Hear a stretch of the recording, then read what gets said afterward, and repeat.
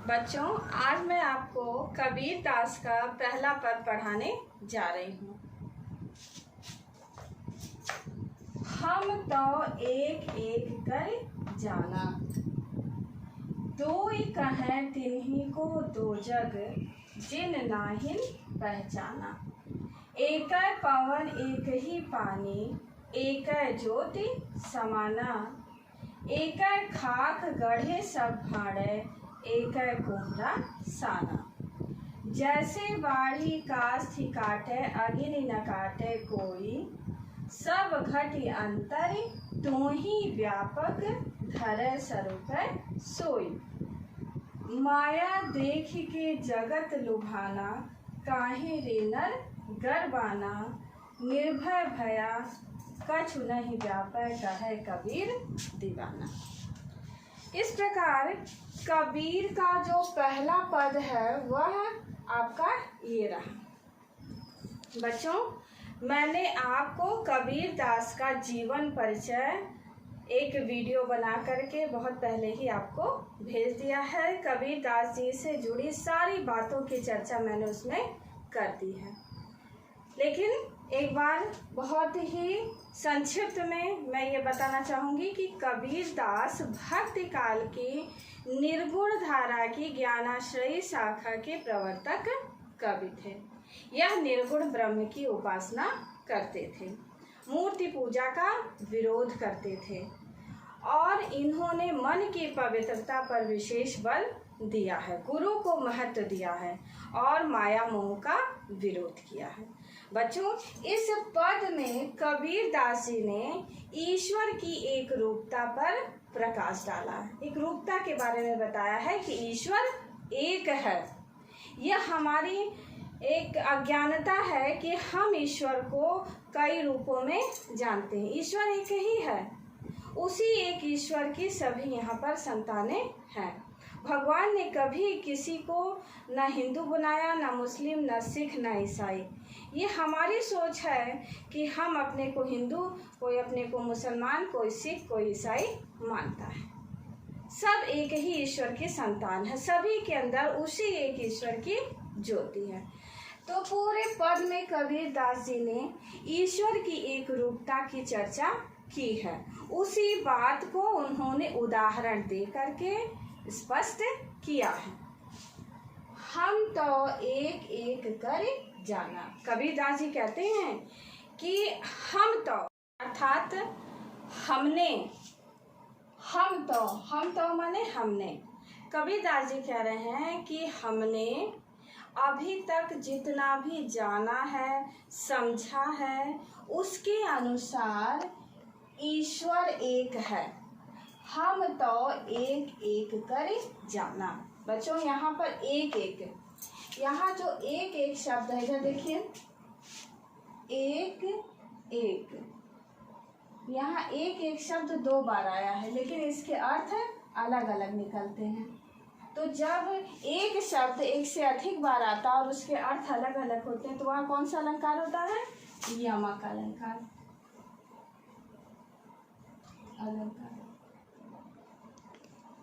अब यहाँ पर एक एक, एक का अर्थ है ईश्वर और एक का अर्थ है संख्या का एक, संख्या एक। तो कबीर दास जी कहते हैं कि हम तो एक एक कर जाना। अभी तक हमने जितना जाना है, समझा है, उसके अनुसार ईश्वर एक है। एक एक माने ये जो ईश्वर है वो एक ही है, पूरे संसार में ईश्वर एक ही है। दोई कहे तिन्हीं को दो जग। दो जग शब्द का अर्थ होता है नरक। दोई कहे, और जो लोग इस ईश्वर का विभाजन करते हैं, यानी जीव और ब्रह्म को में भेद करते हैं, उसको अलग अलग मानते हैं, तरह तरह के देवी देवताओं को बताते हैं, जिनको ईश्वर की वास्तविकता, उसकी सच्चाई नहीं पता है, जो उसका विभाजन करते हैं, ऐसे लोगों के लिए यह संसार क्या है? दोजग है। दोजग शब्द का अर्थ होता है नरक। उनके लिए यह संसार नरक के समान है, क्योंकि उनको पता ही नहीं है कि इस संसार में ईश्वर एक ही है और हम सब उसी एक ईश्वर की संतान हैं। उसी एक ईश्वर का अंश हमारे अंदर विद्यमान है। जो इस ईश्वर के सत्यता को, उसकी सच्चाई को नहीं जानता, जिन नाहिन पहचाना, इस लाइन को देखिए, जिन नाहिन पहचाना, यानी जिन लोगों ने उस ईश्वर को नहीं पहचाना है वही उस ईश्वर का विभाजन करते हैं, उसमें भेद मानते हैं, जीव और ब्रह्म को अलग अलग मानते हैं, जबकि जीव और ब्रह्म एक ही है। और जो लोग इस अज्ञानता में पड़े हैं कि जी हम अलग हैं, ईश्वर अलग है, इस तरह से विभाजन करते हैं, उसके लिए यह संसार दोजख है, यानी नरक के समान है। अगला, एक है पवन एक ही पानी, एक है ज्योति समाना। बच्चों यहाँ पर कुछ प्रतीकात्मक शब्द आए हैं प्रतीक के रूप में। एक है पवन एक ही पानी, एक ही ज्योति समाना। हम मनुष्यों के अंदर एक है ज्योति समाना, यानी एक वही जो ईश्वर है, उसी एक ईश्वर की ज्योति हम सभी मनुष्यों के अंदर विद्यमान है। ऐसा नहीं है कि कोई हिंदू है तो उसके अंदर अलग ही उसके ईश्वर की ज्योति अलग है, मुस्लिम, सबके अंदर, सारे जाति धर्म जितने भी हैं सबके अंदर उसी एक ईश्वर की ज्योति विद्यमान है। हम उसी परमात्मा के अंश हैं। इसीलिए कहा जाता है कि जब शरीर नष्ट हो जाता है तो ये आत्मा निकल करके उस परमात्मा में विलीन हो जाती है, और ये आत्मा जो है उसी परमात्मा का अंश है। और एक साधन, जब भक्त साधना करता है और साधना के द्वारा उस आत्मा को परमात्मा से मिला लेता है तो उसको मोक्ष की प्राप्ति हो जाती। इसी आत्म तत्व को जो लोग नहीं जानते हैं वही ईश्वर का विभाजन करते हैं, और ऐसे ही लोगों को मोक्ष की प्राप्ति नहीं हो पाती है और उनको बार बार इस संसार में जन्म लेना पड़ता है और मृत्यु को प्राप्त करना पड़ता है। यानी जन्म और मृत्यु का जो चक्कर है वो उनको झेलना पड़ता है। इस प्रकार कहते हैं कबीरदास की, हम लोग सभी एक ही ईश्वर के संतान हैं और समय रहते ही हमें अपने उस ईश्वर को प्राप्त कर लेना। एक है पवन एक ही पानी। बच्चों हम सभी का जो शरीर है वो 5 तत्वों से मिलकर बना हुआ है। 5 तत्व कौन कौन से हैं? 5 तत्व हैं जल, पृथ्वी, अग्नि, वायु और आकाश। यानी जल, पृथ्वी, अग्नि, वायु, आकाश, ये 5 तत्व हैं। छित जल पावक गगन समीरा, यानी ये जो 5 तत्व हैं, इन्हीं 5 तत्वों से हमारा शरीर बना हुआ है। इसलिए हमारे शरीर में जो 5 तत्व हैं वो सभी धर्म के जाति के लोगों में, ऐसा नहीं है कि जो मुस्लिम है उसका शरीर किसी और चीज़ से बना है, जो सिख है उसका शरीर किसी और चीज़ से बना, ऐसा कुछ भी नहीं है। सभी जाति धर्म के लोगों का जो शरीर है इन्हीं 5 तत्वों से बना हुआ, और उस शरीर में उसी एक ईश्वर की ज्योति विद्यमान है। एक एक खाक गढ़े सब भाड़े, एक एक कोहरा साना। खाक शब्द आया यहाँ पर, कुछ प्रतीकात्मक शब्द आए हैं। प्रतीकात्मक शब्द में पहला आता है खाक। खाक का जो शाब्दिक अर्थ होता है मिट्टी, यहाँ शब्द है और ये प्रतीक। खाक शब्द का अर्थ होता है मिट्टी, लेकिन ये किसका प्रतीक है? 5 तत्वों का। दूसरा भाड़े, भाड़े शब्द का अर्थ होता है बर्तन, लेकिन ये किसका प्रतीक है? जीव का। फिर उसके बाद आता है कोहरा। कोहरा शब्द का अर्थ होता है कुंभकार, लेकिन ये किसका प्रतीक है? ईश्वर का। कबीरदास जी के इस पद में कुछ प्रतीकात्मक शब्दों का प्रयोग हुआ है। एक है खाक गढ़े सब भाड़े, एक है कोहरा साना। यानी एक ही कुंभकार है। जिस तरह से कुंभकार एक ही जगह से मिट्टी ला करके और उस मिट्टी से तरह तरह के छोटे बड़े तरह तरह के बर्तनों को बनाता है, उसी तरह से ईश्वर ने एक ही पंच तत्व से सभी भाड़े यानी जीवों को बनाया है। एक है खाक गढ़े सब भाड़े, यानी एक ही खाक से, एक ही मिट्टी से, जो पंच तत्व रूपी मिट्टी है उसी से सभी भाड़े माने जीव बने हैं। और उसको किसने बनाया है? कोहरा यानी कुंभकार ने, ईश्वर ने, कुंभकार रूपी ईश्वर ने सभी मनुष्यों को एक ही पंच तत्व से बनाया है। जैसे बाढ़ी काष्ठी काटे अग्नि न काटे कोई, सब घट अंतर तू ही व्यापक धरे स्वरूप सोई। जैसे बाढ़ी, बाढ़ी माने बढ़ई, जिस तरह से बढ़ई लकड़ी लाता है उसको काट करके उसकी छोटे छोटे टुकड़े कर देता है, लेकिन लकड़ी की ये विशेषता होती है कि वो आग बहुत जल्दी पकड़ता है। तो वो बढ़ई क्या करता है? लकड़ी को काट देता है, लेकिन उसकी जो विशेषता है, उसकी जो क्षमता है आग पकड़ने की, उसको वो नष्ट नहीं कर पाता। उसी तरह से हमारे शरीर में जो आत्मा हमारी बैठी है, वो आत्मा अजर और अमर है, उसको कोई नहीं नष्ट कर सकता। आदमी शरीर को काट देता है, जला देता है, मार देता है, लेकिन कोई भी किसी की आत्मा को नष्ट नहीं करता है। आत्मा अजर और अमर है। जैसे यहाँ जैसे बच्चों आया है, जैसे जब भी आता है तो वहाँ उदाहरण दिया अलंकार आता है। उदाहरण दे करके कबीर दास जी अपनी बात को स्पष्ट करते हैं कि जिस तरह से बढ़ई लकड़ी को काट काट करके तरह तरह की वस्तुओं को बनाता है, उसी तरह से अग्नि नहीं काटे कोई, लेकिन उसके अंदर की आग पकड़ने की क्षमता को नष्ट नहीं कर पाता। उसी तरह से मनुष्य का शरीर कितना भी उसको जला दे, काट दे, मार दे, छोटे टुकड़ों में कर दे, लेकिन मनुष्य के भीतर जो आत्मा है उसको कोई भी नष्ट नहीं कर सकता। आत्मा अजर और अमर है। सब घट अंतरी तू ही व्यापक धरे स्वरूप सोई। कबीर दास जी कहते हैं कि हे ईश्वर, तुम सब घट, बच्चों घट शब्द का अर्थ होता है हृदय। कबीर दास जी कहते हैं कि ईश्वर सभी मनुष्यों के हृदय के अंदर विराजमान है।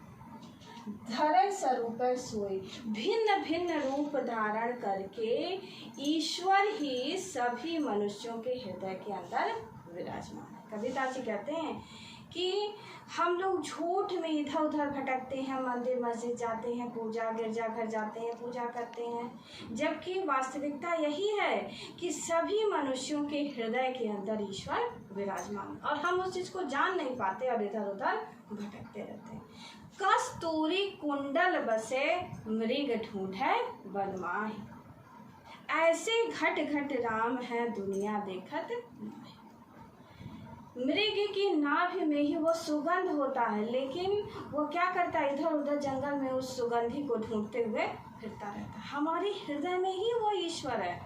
ईश्वर का जो मंदिर है वो हमारा हृदय है, और उसी हृदय में ईश्वर विराजमान है। इसीलिए संतों ने कबीर दास बहुत बड़े संत थे, उन्होंने कहा कि हमें अपने हृदय को, जो मंदिर है भगवान का, उसको कभी भी गंदा नहीं करना चाहिए। इसीलिए उन्होंने हिंसा का विरोध किया। इसीलिए उन्होंने कहा कि हमको अपने हृदय को, मन को पूरी तरह से साफ रखना चाहिए, कभी हम अपने हृदय को गंदा ना करें। इसलिए हमें अपने हृदय से सारे मनोविकारों को निकाल देना चाहिए। जब मैं था, कबीर दास जी ने कहा है कि जब मैं था तब हरि नहीं, अब हरि है मैं नाहीं। मैं मतलब अहंकार। जब हम लोगों के अंदर अहंकार होता है तब ईश्वर का वास नहीं हो पाता है। इसलिए हमें अपने अहंकार को त्याग करना चाहिए। जब व्यक्ति बहुत ही सरल हो जाता है, सहज हो जाता है, तब उसे ईश्वर की प्राप्ति होती है। और अपने हृदय को, मन को जब वो साफ कर लेता है, साफ करने का मतलब पूरी तरह से गंदगियां, विकार को मन से निकाल देता है, तभी उसके हृदय में ईश्वर का वास होता है। कबीर दास जी ने कहा है कि हमें अपने हृदय को साफ करना है, मन को साफ करना है। इसीलिए कबीर की भक्ति भावना में मन की पवित्रता पर बल दिया गया है। तो वह ईश्वर क्या है? सब घट यंत्र तुम्ही व्यापक धरे सरोवर सोई। कबीरदास जी कहते हैं कि हम अज्ञानी हैं, हमको ईश्वर का सच्चा ज्ञान ही नहीं है, इसीलिए हम जान नहीं पाते और इधर उधर भटकते रहते हैं। जबकि ईश्वर सभी मनुष्यों के हृदय के अंदर भिन्न भिन्न रूप धारण करके विराजमान है। माया देख के जगत लुभाना, काहे रे नर गर्वाना। बच्चों यहाँ पर माया शब्द आया है। माया शब्द का अर्थ होता है भौतिक बंधन, माया मोह। आजकल हम लोग क्या है, अपने माया मोह में फंसे हैं। माया देख के जगत लुभाना, काहे रे नर गर्वाना। कबीरदास जी कहते हैं कि संसार में जो भी चीज़ें हैं, चाहे हमारा घर, हमारा गाड़ी, बंगला या परिवार के कोई भी सदस्य, संसार में सब कुछ क्षणभंगुर और नाशवान। कोई भी चीज़ स्थायी नहीं है, अपना नहीं है। लेकिन व्यक्ति इतना अज्ञानी है कि इसी माया के पीछे दिन रात भागता फिरता रहता, हमेशा हाय पैसा वो करता रहता है। एक दिन सबको ये सारी चीज़ें छोड़ करके यहीं पर जाना। जब ये अपना शरीर ही अपना नहीं है, ये शरीर क्या है, उस ईश्वर के द्वारा दिया गया किराए का मकान है। उस ईश्वर ने हमें किराए पर दिया है और एक सांसों की पूंजी दी है कि आपको इतने सांस लेकर के इस धरती पर रहना है। जब सांसों की पूंजी खत्म हो जाएगी, वो ऊपर बैठा मकान मालिक ये शरीर खाली करा लेगा। वो कहेगा कि अब तुम्हारा समय पूरा हो गया, अब तुम इस शरीर को, किराए के मकान को खाली कर दो। तो किस बात का हमको अहंकार है। लेकिन मनुष्य इतना अज्ञानी है कि हमेशा अहंकार में चूर रहता है। माया देख के जगत निभाना। और संसार के लोग जो उनको ज्ञान नहीं है, इसी माया मोह में फंस करके इसी के प्रति आकर्षित होते हैं। और काहे रे नर गर्वाना। कबीरदास जी कहते हैं, क्यों हे मनुष्य, तुम क्यों इतना गर्व करते हो। इस संसार में कोई भी चीज़ अपना नहीं है। और कुछ लोग ऐसे हैं जिनके पास पैसा है, धन दौलत हर चीज़ है, वो इतना गुमान करते हैं कि मैं बहुत पैसे वाला हूँ, जबकि उनको ये नहीं पता है कि ये क्षण भर में क्या से क्या हो जाएगा। बच्चों, आज की जो आप वर्तमान स्थिति देख रहे हैं, उस वर्तमान स्थिति पर यह पद पूरी तरह से प्रासंगिक यानी सही उतरता है कि आज बड़े बड़े देश जो विकसित देश की श्रेणी में आते हैं, जिनके पास अपार पैसा है, लेकिन इस महामारी से वो भी जूझ रहे हैं। उनके पास सारे साधन संसाधन युक्त होते हुए भी वो हाथ खाली करके बैठ गए हैं और रो रहे हैं कि अब हम क्या करें।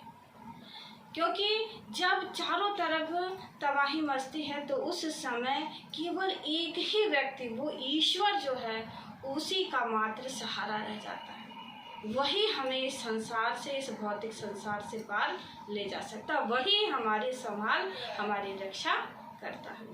और हम जब पैसा रहता है तो इतने मद में चूर रहते हैं और उसको लगता है कि दुनिया ही बस अपनी है, जबकि कुछ नहीं, ये सब क्षणभंगुर है, नाशवान है। मैंने कहीं कोई एक गीत पढ़ा था, उसकी 2 पंक्तियाँ आपको बताऊंगी। क्या लेकर तू आया जग में, क्या लेकर तू जाएगा, सोच समझ ले रे मनमूर्ख, आखिर में पछताएगा।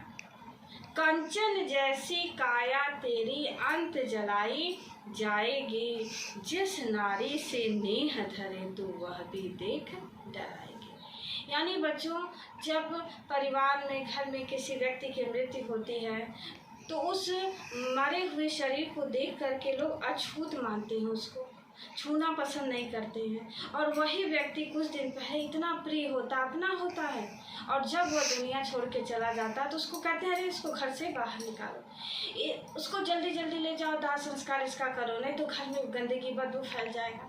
इस तरह की सोच हो जाती है। तो आप सोचिए कि संसार में कुछ भी अपना नहीं है और व्यक्ति इतना अज्ञानी है कि इसी माया मोह में फंसा हुआ है, हमेशा दिन रात इसी का, उसके पास इतना समय नहीं है कि वो अपने ईश्वर को याद करे। कर सके। तो कबीरदास जी ने अपनी भक्ति भावना में इसी माया का खुलकर विरोध किया। उन्होंने कहा है कि जब तक हम अपने भौतिक बंधन को थोड़ा कम नहीं करेंगे, माया मोह को कम नहीं करेंगे, 24 घंटे बस इन्हीं के पीछे भागेंगे, तो हम उस ईश्वर को प्राप्त नहीं कर पाएंगे। अगर हमें ईश्वर को प्राप्त करना है तो इस माया को मीठी खाड़ मतलब होता है खीर, कि जिस तरह से हम मीठा खीर खाते हैं तो बहुत अच्छा लगता है, लुभावना, आदमी को मन होता है और खाते जाएं, उसी तरह से ये भौतिक बंधन है जो अपना आकर्षण दिखा करके व्यक्ति को मोहित करता है। तो बच्चों, कबीरदास जी ने कहा है कि हमें किसी भी चीज का, चाहे धन हो, संपत्ति हो, बुद्धि हो, सुंदरता हो, किसी पर बहुत ज्यादा अहंकार नहीं करना चाहिए, क्योंकि ये सब क्षणिक हैं। कोई भी चीज स्थायी नहीं है, एक न एक दिन सब कुछ यहीं छोड़ करके हमको जाना है। जिस तरह से अमेरिका में आप देख रहे हैं कि तबाही मची हुई है, लाशों पे लाश बिछी हुई हैं, घर के घर पूरे तबाह हो गए हैं, खत्म होते चले जा रहे हैं। घर का अगर एक व्यक्ति बचा हुआ है तो आपने देखा होगा, न्यूज़ में सुना होगा कि किस तरह से वो अपनी छत से पैसा फेंक रहा है बाहर, कि कम से कम उसका धन दौलत किसी गरीब दुखिया के काम आ जाए। कुछ भी साथ जाने वाला नहीं है। निर्भय भया कछु नहीं व्यापे, कहे कबीर दीवाना। कबीरदास जी कहे कबीर दीवाना। कबीरदास जी अपने को ईश्वर का सच्चा दीवाना या भक्त कहते मैं तो उस ईश्वर का दीवाना हूँ। निर्भय भया, इसीलिए मैं निर्भय हो गया हूँ। निर्भय माने जिसको किसी तरह का कोई भय या डर ना हो। निर्भय किस बात का? कबीरदास जी ने ईश्वर का साक्षात्कार कर लिया, ईश्वर को प्राप्त कर लिया है, इसीलिए वो निर्भीक होगा। ना तो उनको जन्म लेने का और ना ही मृत्यु को प्राप्त करने का कोई भय रह गया। वो खुद साधना में बैठते हैं और आंखें बंद करके वो ऊपर जाते हैं, ऊपरी लोक का विचरण करते हैं, ईश्वर को देखते हैं और फिर पुनः अपने उस शरीर में आ जाते हैं। तो इसको कहते हैं जीते जीते मरना। कबीरदास जी ने जीते हुए अपने को मार दिया था, यानी आत्मा का कल्याण कर दिया था। उन्होंने अपने जीवन रहते ही उस ईश्वर को प्राप्त कर लिया था, उनको मोक्ष की प्राप्ति हो गई थी। तो कहते हैं कि मुझे किसी चीज का कोई डर ही नहीं है, कि मैं बिल्कुल ईश्वर का दीवाना हूँ। मैं हमेशा मस्त होकर के उसी की भक्ति में लीन रहता हूँ। मुझे किसी चीज का कोई डर नहीं है, मेरा कोई बाल भी बाका नहीं कर सकता। जैसे मीराबाई थी, मीराबाई को उनके घर वालों ही ने विष का प्याला भेजा और उस विष को उन्होंने पी लिया, अमृत अंदर हो गया। विष का प्याला राणा भेजा पीवत मीरा हंसी। मीराबाई ने हंसते हंसते विष को पी लिया और वो अमृत में परिवर्तित हो गया। इसके पीछे एक ही कारण था कि उन्होंने कृष्ण को अपने आराध्य के रूप में प्राप्त कर लिया था। उनके ऊपर उनकी विशेष दया कृपा थी, इसलिए वह विष भी अमृत में बदल गया। तो कबीरदास जी भी ऐसे बहुत बड़े भक्त थे, बहुत बड़े संत थे। उन्होंने अपनी आंखों से ईश्वर का साक्षात्कार किया था। इसीलिए कहते हैं, उन्होंने कहा है कि तू कहता कागज की लेखी और मैं कहता आंखों की देखी। तुम लोग तो कागज में पोथी पत्रा में पढ़ते हो और कहते हो कि ये ईश्वर की बात है, मैं तो साक्षात मैंने ईश्वर को देखा है, उसको प्राप्त किया। तो इस प्रकार बच्चों, मैंने इस कबीरदास के पहले पद की व्याख्या आपको समझा दी है। ये पूरी कविता जो है या पद कह लीजिए, इसमें शांत रस है। इसका कला पक्ष आपको बाद में समझाया जाएगा। और वैसे मैं बता देती हूँ कि इसमें पूरी तरह से शांत रस है। ईश्वर की एक रूपता पर प्रकाश डाला है कबीरदास जी ने, बहुत ही सरल और सहज रूप में इसको अभिव्यक्ति दी है।